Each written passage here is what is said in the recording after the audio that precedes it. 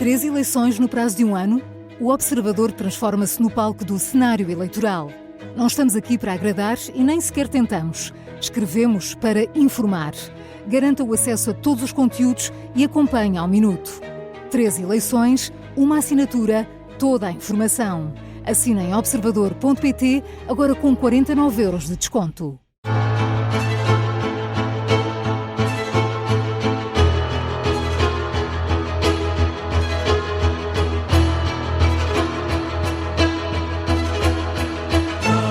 Aqui na Rádio Observador vamos embarcar em mais uma viagem, vamos andar pelos 5 continentes. Eu sou a Filipa Duarte, comigo está o José Rafael Lopes. Contamos também, como sempre, com o historiador Bruno Cardoso Reis para olhar para a geopolítica internacional e desta vez com o funeral do Papa a dominar a atualidade. Já vamos a isso. Entretanto, Bruno, seja muito bem-vindo. Pergunto também como estás e ouvi dizer que há uma viagem a Boston, não é? Olá, Bruno, seja bem-vindo. Olá, bom dia, obrigado. Sim, é verdade, vim aqui a uma conferência em Boston e realmente é um pretexto também para conhecer melhor este estado do Massachusetts, que foi realmente um estado, enfim, ligando com o tema de hoje, criado por puritanos, enfim, tem aquele caso famoso da caça às bruxas, não é, de Salem e etc. Mas depois acabou por força da imigração, da industrialização, no século XIX, passar a ter uma população católica muito numerosa, primeiro e principalmente irlandeses, mas também inclusive portugueses, muitos vindos dos Açores, aliás, também, e portanto atualmente realmente o catolicismo é a religião dominante neste Estado americano. À volta de quase metade da população são católicos. E portanto, mas sim, estou aqui em Boston. Muito bem. E Bruno, neste episódio especial vamos focar muita atenção no funeral do Papa Francisco. Teve lugar esta manhã no Vaticano. Mais de 250 mil pessoas acompanharam essas cerimónias fúnebres. Uma cerimónia muito discreta, a pedido do próprio Francisco. Bruno Cardoso Reis, muitas figuras internacionais nesta cerimónia. Um funeral é sempre um ritual, uma última homenagem, mas estes funerais de Estado acabam também por se tornar numa ocasião diplomática. Há algo que queiras desde já destacar? Acredito que vais dar destaque a este encontro improvisado, digamos assim, entre Zelensky e Donald Trump. Sim, eu acho que aqui é importante também, por um lado, também não exagerar nesse lado da simplicidade, ou seja, e da descrição, ou seja, por exemplo, o próprio João Paulo II também, em algumas coisas, por exemplo, na questão do tipo de caixão, etc., já tinha dado esses sinais. Por outro lado, o Papa é realmente uma figura global e portanto, este funeral tem obviamente um impacto global e é normal até que seja assim. É significativo realmente deste paradoxo da natureza do poder papal, vamos dizer assim, que tem um pequeno exército de guardas suíços, que vemos, aliás, nestas cerimónias, de 135 soldados, mas a verdade é que tem basicamente toda a gente a vir ao seu funeral. Por exemplo, por regra, os presidentes norte-americanos não vão a funerais nem a tomadas de posse, porque senão também não faziam praticamente mais nada, não é? Mas, por exemplo, por regra, os presidentes americanos têm vindo, mesmo quando não são católicos, e por regra não são, só houve 2 presidentes católicos em toda a história americana, o Joe Biden, que aliás também estava no funeral, enfim, mas a título, vamos dizer assim, privado, mas, por exemplo, temos realmente, depois por causa desta enorme reunião de facto, chefes de Estado e de Governo, mais de 130, realmente há muitas oportunidades, não durante a cerimónia, mas antes e depois da cerimónia, naqueles momentos informais e às vezes até em encontros nas embaixadas, etc., mais discretos, há de facto muitas vezes oportunidade para troca de impressões, para encontros, enfim, mais ou menos acidentais que acabam por ter alguma leitura. Por exemplo, um exemplo famoso e recente é o do Presidente Obama e do Presidente Raul Castro de Cuba. Se encontraram no funeral de Nelson Mandela na África do Sul, se cumprimentaram e isso foi visto pelos cubanos e acabou por ser explorado como um sinal de que realmente haveria ali oportunidade para melhorar relações com os Estados Unidos. Neste caso, realmente o mais importante são estas conversas, enfim, em torno do processo de paz, das negociações em torno da Ucrânia. Portanto, realmente temos a notícia de que houve uma conversa relativamente longa entre Zelensky e Trump, também conversas com Macron e com Starmer. E eu diria, enfim, também assinalar que Trump acabou por cumprimentar António Costa e Ursula von der Leyen. Realmente as informações que temos é que até aqui tinha recusado sequer falar com eles ao telefone. e em particular com o von der Leyen, que tem a pasta digamos, das relações comerciais do conjunto dos países europeus, deste mercado único, e temos uma guerra comercial em curso e, portanto, aparentemente, também de acordo com informações da Comissão Europeia, terão acertado realmente reunir-se finalmente, ou conversar pelo menos, e, portanto, ter uma conversa mais longa, e, portanto, isso também é um sinal positivo e é realmente uma confirmação de que isto acontece, ou seja, esta diplomacia funerária, se quisermos, é realmente uma realidade. Bruno, a Igreja Católica em geral e o seu líder, o Papa, tem peso na geopolítica mundial. Pergunto que importância acaba por ter no passado e no presente essa importância no período contemporâneo, e pergunto também se mantém pelo menos alguma. Sim, quer dizer, há muita ideia de que, se calhar até exagerando, o Papa tinha um peso enorme, se calhar até dominante no passado, na Idade Média, a ideia de que a religião é que determinava tudo na ação dos Estados, inclusive na sua ação externa. Ora, de facto, na Idade Média, enfim, basicamente até ao período revolucionário, da Revolução Francesa, das Revoluções Liberais, Exato. a generalidade dos Estados tinham realmente Estados de direito divino, não é? Portanto, a religião era a fundação da legitimidade política e, portanto, a religião era muito importante para legitimar opções de política interna e de política externa e obviamente, nos Estados católicos a questão do papado era aqui muito importante. Mas isso muitas vezes estava associado a uma postura, digamos, de algum distanciamento, às vezes até de conflito com o Papa, embora sem pôr em causa, digamos, o seu papel religioso, mas pondo muitas vezes em causa eventuais implicações políticas disso. Eu recordo, por exemplo, o Tratado de Tordesilhas surge entre Portugal e Espanha porque o rei português, Dom João II, recusa uma decisão papal que ele considerou que era demasiado favorável a Espanha, não é? Agora, no período contemporâneo, aqui há no fundo uma espécie de duplo equívoco. Um é esta ideia da secularização, ou seja, que é associado, por exemplo, a autores da sociologia importantes, o Durkheim e outros, mas também o Augusto Comte antes disso, esta ideia que no fundo é uma espécie de um processo inevitável e total, ou seja, Exato, que no fundo a religião vai desaparecer tendo um papel, como algo que tem um papel importante na vida das pessoas, seja na vida social, seja na vida familiar, seja na vida política. Ora, o que aconteceu realmente foi um declínio relativo, mas está muito longe de ser um declínio abrupto e também uniforme. Tem havido oscilações importantes. Tem havido um declínio na prática religiosa, por exemplo, importante na Europa e agora começa a haver também nos Estados Unidos. Portanto, isso pode também ser aqui um fenómeno que tem a ver com realmente o nível de desenvolvimento, um nível de desenvolvimento mas muito, muito elevado, ou um nível de individualismo muito elevado. Mas mesmo aí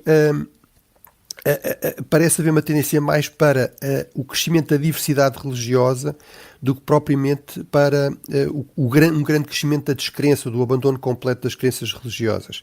E isto significa que as religiões tradicionais estão em perda em regiões onde eram tradicionalmente dominantes, mas crescem noutras. E, portanto, isto também é importante para perceber a realidade e as dinâmicas atuais da Igreja Católica, que está em perda na Europa, por exemplo, ou mesmo na América Latina, mas está a crescer em África, na Ásia, ou mesmo até nos Estados Unidos, na América do Norte, onde tradicionalmente não era realmente a religião dominante.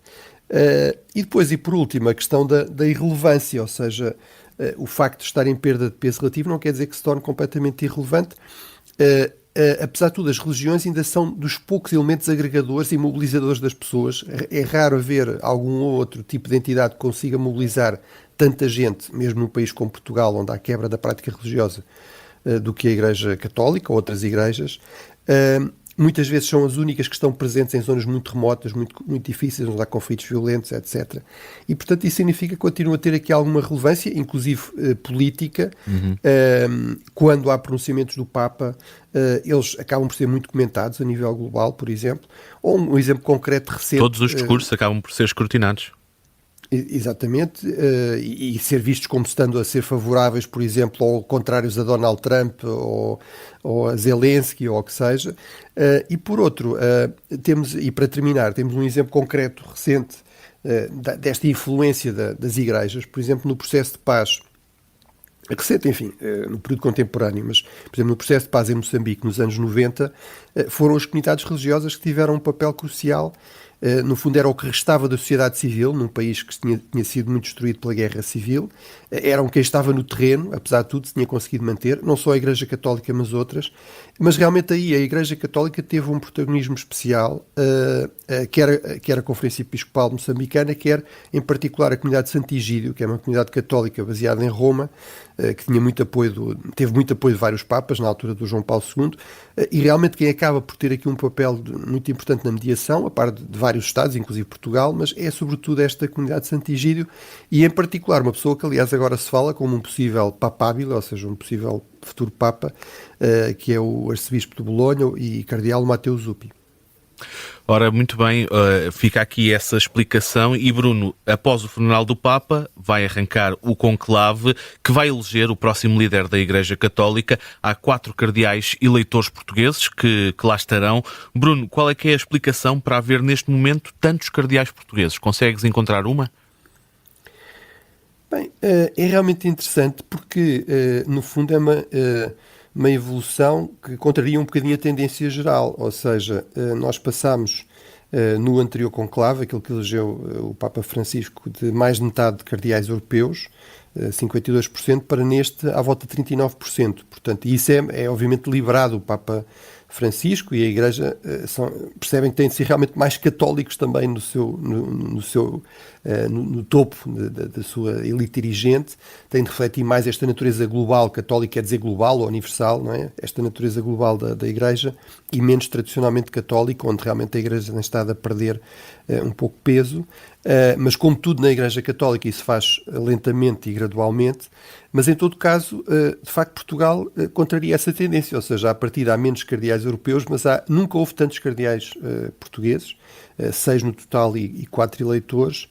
Eu diria que o Papa Francisco mostrava esta grande preferência pelas periferias. Ora, Portugal na Europa está na periferia da Europa, portanto, embora seja europeu, é periférico desse ponto de vista, e também me parece que tem muito a ver com qualidades pessoais, ou seja, houve várias ocasiões em que foi possível a bispos portugueses, a prelados portugueses, ao clero português mostrar realmente as suas qualidades. Por exemplo, o América Guiar na questão da Jornada da Juventude, o António Marto nas visitas a Fátima, e o Tolentino Mendonça também, porque inclusive pregou um retiro aos cardeais que terá impressionado muito o Papa. Portanto, acho que isso acaba por ser são também qualidades individuais que acabam por explicar um pouco isso. Uhum. Então, mas Bruno, quem dos cardeais que vão estar presentes, vão estar no conclave, aliás, é apontado com frequência como possível Papa? Bem, há vários. Eu acho que é importante, digamos, fazer aqui este aviso, que não é por acaso que é esta expressão italiana, que também utilizamos em português, que é quem entra Papa sai cardeal, não é? Uhum. Portanto, estas listas, no fundo, acabam por refletir cardeais que se destacaram, que são muito conhecidos, em muitos casos que são também associados a certas correntes dentro da Igreja, mais conservadoras ou mais progressistas, embora isso também às vezes tenha de ser um bocadinho questionado. Mas fala-se muito, por exemplo, do Luís Talha, que é um cardeal filipino, que combina ser visto como bastante progressista, portanto mais avançado, em certas questões que criam debate e tensão no interior da Igreja, com ser do sul global, e isso é raro, porque a maior parte dos bispos, por exemplo, da África ou da América Latina ou da Ásia são relativamente conservadores. Têm também uma experiência governando uma diocese, uma grande diocese de Manila, mas também em Roma, na Cúria, portanto no governo central, se quisermos, da Igreja. Mas, por exemplo, se calhar é liberal demais para muitos. Também tem tido algumas críticas no seu desempenho, digamos, como ministro na Santa Sé, como, digamos, administrador, embora seja visto como uma figura muito carismática. Outro nome que se fala, por exemplo, no sentido oposto, é o cardeal, o Péter Erdo da Hungria, ou o Peter Thorsen do Ghana, que são, no fundo, vistos como muito líderes desta corrente mais conservadora. Eu diria que, por exemplo, o Peter Erdo, que é húngaro, talvez seja demasiado conservador e demasiado europeu desse ponto de vista, mas portanto, há de facto muitos nomes, mas aqui é importante perceber isto, que é a lógica eleitoral do conclave obriga, de facto, a chegar a compromisso, ou seja, não há limite para o número de sufrágios, para o número de votos, se quisermos, e tem de haver uma maioria de 2/3. E, portanto, o que significa muitas vezes é que os nomes mais conhecidos e que estão ligados, no fundo, a uma corrente, acabam por ter muitos votos, mas não conseguem chegar aos 2/3, porque também têm muita oposição, e depois é preciso encontrar um candidato de compromisso, que nem sempre é um nome assim tão conhecido, e que até não ser tão conhecido pode ajudar, porque, como não é tão conhecido, também não se conhecem tão bem as suas posições. Há, em todo caso, aqui um nome que poderia aparecer como um candidato de compromisso, que é o Pietro Parolin, que é o atual secretário de Estado, no fundo, italiano. uma espécie de primeiro italiano, de 70 anos, que é uma espécie de primeiro-ministro e ministro dos negócios estrangeiros, se quisermos, do Vaticano. Tem muita experiência diplomática, de gestão também, é visto como um moderado, portanto não é visto como, não é alinhado nem do lado dos progressistas nem dos conservadores, e portanto isso pode ser interessante, até porque estamos num contexto de conflitos, enfim, de guerras, no fundo há aqui uma espécie quase de paralelo, eu diria, com o conclave de 1939, em que acaba por ser eleito precisamente também o secretário de Estado da altura, o cardeal Pacelli, que veio ser o Papa Pio XII, e sabemos que uma das razões, um dos argumentos foi precisamente essa ideia de que era preciso alguém com muita experiência, com um perfil diplomático forte. Também acontece, há muito esta impressão, enfim, isto é tudo sempre especulativo, porque à partida não se sabe, não é suposto saber o que é que aconteceu no conclave, mas os historiadores acabam por ter depois alguns testemunhos de vários dos participantes, etc. E a impressão que existe é que muitas vezes os cardeais procuram corrigir um bocadinho alguns problemas ou alguns déficits que existiram no Papa anterior. E Bruno, portanto, desse ponto de vista, podia-se pensar que talvez alguém mais diplomático e mais institucional pudesse ser um perfil interessante. E Bruno, em 2 minutos, antes de irmos para também fazermos aqui uma curta pausa, e será que algum dos portugueses pode ter aqui uma hipótese de ser escolhido pelo conclave? Em 2 minutinhos. Bem, eu aí vou-me basear apenas nisto, que é o único que eu vi aparecer em algumas listas, digamos, em imprensa estrangeira, que não tem, portanto, não conhece os cardeais portugueses por regra e não tem nenhuma razão para escolher um português, foi o Tolentino de Mendonça, e, portanto, acho que isso é interessante assinalar. Enfim, eu tenho enorme estima pessoal pelo Tolentino de Mendonça, acho que seria certamente um ótimo Papa. Eu diria que, apesar de tudo, não aparecem muitas listas, isso até pode ser bom, dentro desta lógica. Eu diria que a grande desvantagem dele, eventualmente, é ser muito novo, ou seja, é dos cardeais mais novos, e significaria, à partida, que ele teria um pontificado de várias décadas, e, portanto, também, enfim, os cardeais também são humanos, e, portanto, se calhar, no fundo, fazer uma votação que entrega tanto poder durante tanto tempo a uma pessoa, portanto eu diria que a partir dos cardeais mais jovens em geral, não é apenas o Tolentino de Mendonça, estão numa certa desvantagem. Excepcionalmente, por exemplo, o João Paulo II acabou por ser eleito muito jovem e de facto teve um pontificado muito longo e muito importante, mas aí os cardeais estavam quase em desespero porque tinham acabado de eleger um Papa, o João Paulo I, que morreu ao fim do mês, e portanto havia esta ideia, temos de ter a certeza que é alguém jovem e vigoroso. E, portanto, eu diria que teria essa desvantagem, mas é um nome que realmente aparece e eu acho que se percebe pelas suas qualidades pessoais que isso aconteça. Diz-nos então, no teu entender, se há ou não continentes emergentes e continentes em perda no catolicismo e que importância é que isso poderá ter no futuro?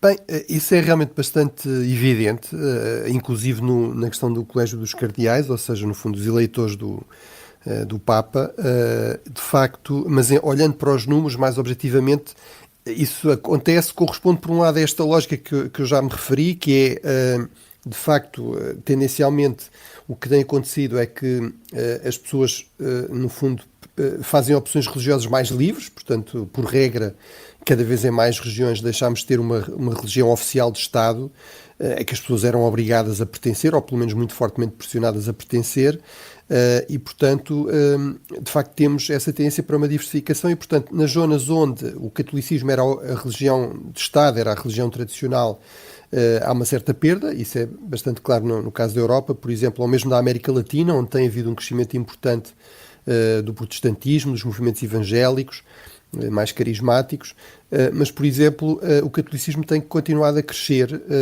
ou seja, o número total de católicos continua a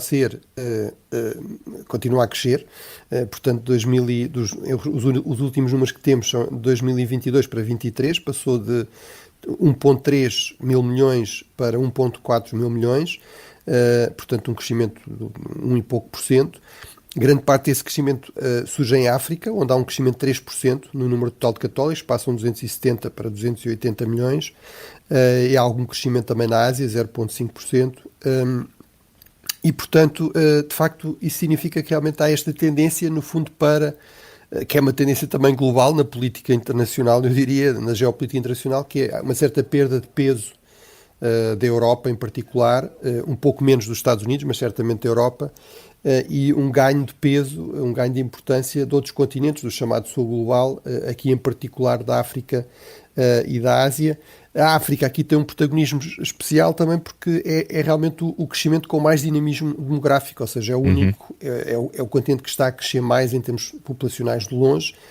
Há estimativas, há previsões de que pode duplicar a sua população até 2050 e, portanto, isso torna também num campo particularmente apetecível, no fundo, para crescimento económico, mas também, por exemplo, para crescimento das confissões religiosas. Portanto, em termos de futuro do catolicismo, no fundo, a previsão, enfim, é por isso que eu referi, inclusive, esta ligação com a questão do Colégio dos Cardeais, é que realmente haja cada vez mais cardeais e, portanto, figuras importantes, com funções importantes na governação da Igreja Católica, que vêm destas regiões. Isso já se reforçou com o Papa Francisco, e eu diria que, independentemente de quem seja o futuro Papa, provavelmente é uma tendência que irá continuar, ou seja, vamos ver mais cardeais e também mais, se quisermos, ministros, prefeitos, enfim, responsáveis de dicastérios, ou seja, dos ministérios dos órgãos centrais da Igreja Católica a serem de facto bispos prelados africanos e também asiáticos, a par de latino-americanos. Esse já é o continente onde há mais católicos, aliás, continua a ser, as Américas, sobretudo se somarmos também a América do Norte, onde o catolicismo continua a crescer, e menos para a Europa, que foi tradicionalmente o foco, o coração, o centro do catolicismo, embora aqui com este fator, que apesar de tudo conta alguma coisa, que é, apesar de tudo, o maior contingente de cardeais não deixa de ser italianos, e, portanto, isso, apesar de tudo, tem-se vindo a reduzir. Obviamente, portanto, aqui a ligação a Roma é realmente importante. O Papa também é, na verdade, bispo de Roma, a parte-chefe, digamos, da Igreja Universal, da Igreja Católica, e, portanto, essa ligação à Itália também é bastante importante para a Igreja e, portanto, também se mantém até certo ponto. Há uma explicação já agora histórica também para isso, que ajuda a explicar porque é que alguns dos nomes que aparecem, por exemplo, até aqui na imprensa americana, aparece um ou outro cardeal americano. Eu ficaria muito espantado se fosse eleito um cardeal americano, porque há uma das razões porque houve tantos cardeais e tantos papas italianos durante tantos séculos, obviamente tem a ver com a ligação à Itália, com o facto de Roma ser em Itália, mas também era uma forma de evitar nomear um papa que viesse de uma das grandes potências católicas, que estavam muitas vezes em conflito entre elas. Portanto, ter um papa francês seria terrível para os alemães ou para os espanhóis. Ter um Papa espanhol seria mal visto, se calhar, pelos portugueses ou pelos franceses, e, portanto, ser um italiano, no fundo, era uma forma de manter um pouco a Igreja neutra em relação a essas questões, e, portanto, mas tudo isso ajuda a explicar, de facto, aqui a manutenção de algum peso para os italianos. São vários fatores que explicam isso. Bruno, nós temos dado muito destaque ao funeral do Papa, tem sido o principal tema desta semana, mas há tempo para olhar para outros temas que marcam a geopolítica internacional. Vamos olhar para as relações, aliás, entre a Índia e Paquistão. Há bastante animosidade entre os dois países. Achas que é o ponto de se poder falar numa possível guerra, Bruno? Bem, infelizmente a história da Índia e do Paquistão tem sido uma história de uma sucessão de guerras e sobretudo de violência, de conflito armado muito prolongado. Tivemos pelo menos 4 grandes guerras, ou seja, conflitos realmente com uma intensidade significativa, logo a começar pela própria independência. Ou seja, a Índia e o Paquistão são um exemplo de um processo que nós já aqui falámos algumas vezes, que é um processo de partição, de divisão de um território, que era o Império Britânico da Índia. O Império Britânico da Índia era muito maior do que a Índia atual, incluía o chamado Raj, incluía não só a Índia atual, mas também o Paquistão, também o Bangladesh e até, se quisermos, como protetorado, por exemplo, o Nepal. Controlava também regiões adjacentes, embora aí com um estatuto um pouco diferente, o Ceilão e da Birmânia, mas sobretudo esses 3 territórios, o Paquistão, o Bangladesh e a Índia. Ora, em 1947, quando se dá a independência, os britânicos decidem, também por pressão das próprias elites locais, ou de uma parte delas, pelo menos, dividir a Índia e de acordo com uma linha, digamos, com uma identidade religiosa. Portanto, no fundo, as zonas de maioria muçulmana passam a fazer parte do Paquistão as de maioria hindu passam a fazer parte da Índia. Qual é que é o problema? E é por isso que muitas vezes quando surgem estes debates e se diz, mas porquê é que, sei lá, no Iraque ou no Sudão, eles não se separam simplesmente portanto, cada um fica no seu lado e fica tudo em paz? Bem, é porque muitas vezes nestas regiões que foram parte de grandes impérios multiétnicos, de facto essa divisão é muito complicada de se fazer. As populações estão muito misturadas. Há outros grupos, por exemplo, na Índia, aliás, voltou agora a aparecer também essa questão. Houve um movimento separatista Sikh também, por exemplo, os Sikhs não são nem hindus nem muçulmanos e, portanto, porque é que eles não haveriam ter o seu próprio Estado? Onde é que iam ficar? Outro caso, que é o que está aqui no centro também deste novo conflito e de múltiplos outros, desde 1947, foi logo um dos focos desse conflito, foi a zona de Caxemira, que fica no norte, encostado aos Himalaias, e que era um Estado, os britânicos tinham muito essa tradição de governar através de elites locais, portanto tinham um daqueles marajás, um daqueles príncipes locais indianos. Esse marajá era hindu, mas a maioria da população era muçulmana. Ele tentou manter-se independente, mas acabou por ser atacado, provavelmente com o apoio do Paquistão, por uma série de milícias, de grupos armados vindos do Afeganistão, pashtuns, no fundo para garantir a tomada do controle por parte da maioria muçulmana. Ele acabou por pedir a adesão à Índia e o apoio militar da Índia e, portanto, desde essa altura, desde 47, que um terço do território de Caxemira é controlado pelo Paquistão, 2 terços pela Índia, e há uma disputa constante, muitas vezes utilizando este fenómeno da guerra por procuração, ou seja, grupos armados, grupos terroristas. A Índia acusa qualquer ataque terrorista de ser organizado pelo Paquistão. O Paquistão diz sempre que não tem nada a ver. É pouco provável que isso seja verdade. É evidente também que há algum apoio local para estes grupos, mas também é evidente que o Paquistão tem simpatia e dá apoio a muitos destes grupos. E, portanto, temos aqui a possibilidade realmente real de voltar a ter um conflito importante entre duas potências nucleares. É importante sublinhar isso. Quer o Paquistão, quer a Índia têm armas nucleares. Isso aumenta muito os riscos. Esperemos que também aumente alguma coisa a prudência. A verdade é que o último grande conflito entre os dois Estados foi em 1999, a chamada incidente ou guerra de Kargil. Apesar de tudo, foi uma guerra relativamente limitada, mas bastante violenta e com baixas significativas. Mas, portanto, obviamente não chegou a um conflito nuclear e, portanto, não estou a dizer que isso vai acontecer agora, mas realmente não é de todo impossível que haja aqui uma escalada. Já há trocas, digamos, já há fogo cruzado na zona fronteiriça entre um lado e o outro e, portanto, esperemos que o conflito continue o mais limitado possível, mas não é impossível que haja uma escalada, até porque, e terminava com isso, temos um crescendo do nacionalismo, do populismo a nível global, mas também nestes dois casos. Ora, isso retira sempre espaço a que se chegue a compromissos razoáveis. Um líder populista nacionalista tem pouca margem para dizer temos de ser razoáveis e vamos chegar aqui a um compromisso que sirva aos dois lados. E também temos um contexto global, e aqui, por exemplo, a questão da Ucrânia é muito importante desse ponto de vista, em que parece haver um incentivo muito grande a dizer àqueles setores mais duros, bem, este é o momento ideal para resolver pela força conflitos territoriais que se arrastam há muito tempo. Se a Rússia pode ocupar território ucraniano e até anexar esse território e ser reconhecido pela principal potência global, os Estados Unidos, a questão da Crimeia, por exemplo, que está a ser abertamente dada como uma cedência dos Estados Unidos à Rússia, então porque é que nós não podemos fazer isso, enfim, por exemplo, neste caso, na Caxemira? E é uma situação à qual temos de continuar atentos e que poderá mesmo vir a voltar a ser tema aqui no 5 Continentes. Bruno, vamos avançar, olhar para a situação na Ucrânia. Há realmente negociações para um cessar-fogo ou estamos a assistir a alguma coisa diferente? Bem, são certamente as negociações de paz, se quisermos, mais bizarras que eu alguma vez vi. Ou seja, são em grande parte em público. Geralmente estas negociações são muito discretas e até secretas, às vezes durante anos. É também uma negociação extremamente apressada, portanto, mais uma vez, muitas vezes estas negociações arrastam-se durante meses, até anos, porque são realmente negociações muito complexas, muito delicadas, têm dimensões técnicas muito importantes, é preciso ter mecanismos de verificação. De facto, desse ponto de vista, são, como eu dizia, negociações fora do comum. Isso obviamente tem tudo a ver com a personalidade de Donald Trump, que é aqui a figura-chave na forma como estas coisas estão a evoluir e, no fundo, o seu braço direito, o seu alter ego, este senhor Steve Witkoff.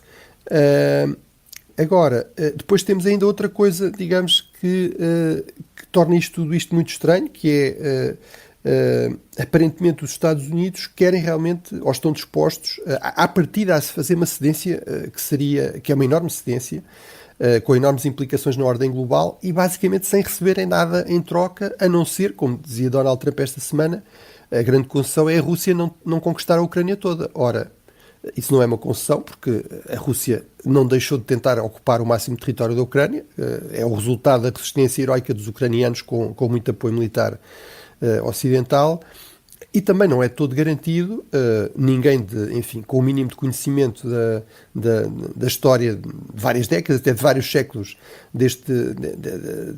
enfim, da política externa russa, dará por seguro, por certo, que o facto da Rússia assinar um acordo significa que não vai haver um conflito daí a meses ou a poucos anos, e que, portanto, a Rússia definitivamente deixou de ter essa ambição de controlar a Ucrânia, seja por ocupação, seja indiretamente, um sistema de Estado satélite do género que tem na Bielorrússia. Mas, portanto, tudo isso é realmente extremamente bizarro, porque, mais uma vez, o que é que os Estados Unidos retiram disso, dessa concessão? A partida da Rússia é declaradamente, há muitas décadas, um inimigo jurado dos Estados Unidos. O presidente Putin, múltiplas vezes, inclusive em documentos oficiais, afirma que o seu grande objetivo é minar a influência e o poder dos Estados Unidos. E achas que isso ainda acontece, Bruno? Que ainda é um inimigo como falavas? Bem, à partida, na intenção da Rússia ou seja, o objetivo é o mais possível, por exemplo, em relação à Europa, o mais possível quebrar. Eu pergunto isto por causa da nova administração, se notas que há mesmo já quase que um virar da agulha. Sim, ou seja, da nova administração, que basicamente é uma pessoa e um conjunto de quadros muito leais a essa pessoa, que é Donald Trump, mas realmente é uma ruptura completa com uma tradição norte-americana. Enfim, em relação a dar prioridade, por exemplo, à aliança com os Estados europeus, de muitas décadas, basicamente desde a Segunda Guerra Mundial, em relação a ver na Rússia, enfim, uma potência no mínimo adversária, e muitas vezes inimiga, pelo menos desde 1945-46, portanto há muitas décadas também. Em relação, por exemplo, a esta questão, porque esta cedência da Crimeia, basicamente o que significa é o fim da ordem internacional que vigora desde 1945, esta ideia de que não há alterações das fronteiras pela força, que um Estado não pode simplesmente conquistar outro Estado. A mim parece-me que realmente esse talvez seja, porque também há essa interpretação, que é, enfim, há aqui muitos analistas americanos que dizem isso, que é uma mistura de incompetência, de incompreensão, portanto não se perceber realmente o que é que Putin quer, que risco é que representa, onde é que estão realmente os interesses americanos. Agora, há aqui uma outra possibilidade, que é realmente, que também não é incompatível completamente com a outra, mas que é Donald Trump quer realmente derrubar essa regra. Quer deixar claro que as grandes potências podem, sim senhor, ocupar, conquistar, anexar o território que entendem que querem. No fundo, enfim, nós ouvimos estas declarações também, sem precedentes no presidente americano, pelo menos há mais de um século, de quer anexar a Groenlândia, quer voltar a controlar o Canadá, quer voltar a controlar o canal do Panamá, quer anexar o Canadá com uma nova província. Portanto, tudo isso parece corresponder, de facto, a um regresso de uma espécie de lógica imperial. Durante muito tempo, muita gente gastou imensa tinta a falar do imperialismo americano, agora se calhar vão ter mesmo, digamos, a sua vontade concretizada, porque realmente parece ser isso, ou seja, por um lado Donald Trump não vê problema com isso e por outro lado se calhar até vê algumas vantagens nisso, a ver esta ideia de que as grandes potências podem realmente usar o seu poder para simplesmente tomar conta de território, tomar posse de património imobiliário aqui ou acolá. Muito bem, um dos temas que acabou por cair para segundo plano com a morte do Papa é a guerra comercial levada a cabo por Donald Trump. Bruno, pergunto que ponto de situação é que se pode fazer e também se alguém está a ganhar no meio disto tudo. Bem, é sempre possível que alguém ganhe, porque, enfim, a economia é muito dinâmica, as pessoas adaptam-se, os setores adaptam-se. Enfim, a partir dos produtores nacionais, vamos dizer assim, norte-americanos, por exemplo, poderiam estar muito satisfeitos, mas a verdade é que parece que ninguém está a ganhar. Ou seja, mesmo muitos desses produtores, desses pequenos empresários, por exemplo, que são eleitores de Donald Trump, queixam-se que isto cria enormes problemas e enormes riscos para eles, porque lá está, se alguém é um pequeno empresário da construção, precisa de comprar material de construção. Ora, muito desse material, por exemplo, vem do Canadá. Se alguém tem uma empresa, digamos, de transportes, precisa de comprar combustível. Enfim, essa à partida vem do Canadá. Foi isentado, mas os empresários do automóvel já explicaram várias vezes a Donald Trump que têm peças que vêm de todo lado e, portanto, não podem de um dia para o outro começar a fazer automóveis só com coisas americanas. Isso não funciona assim.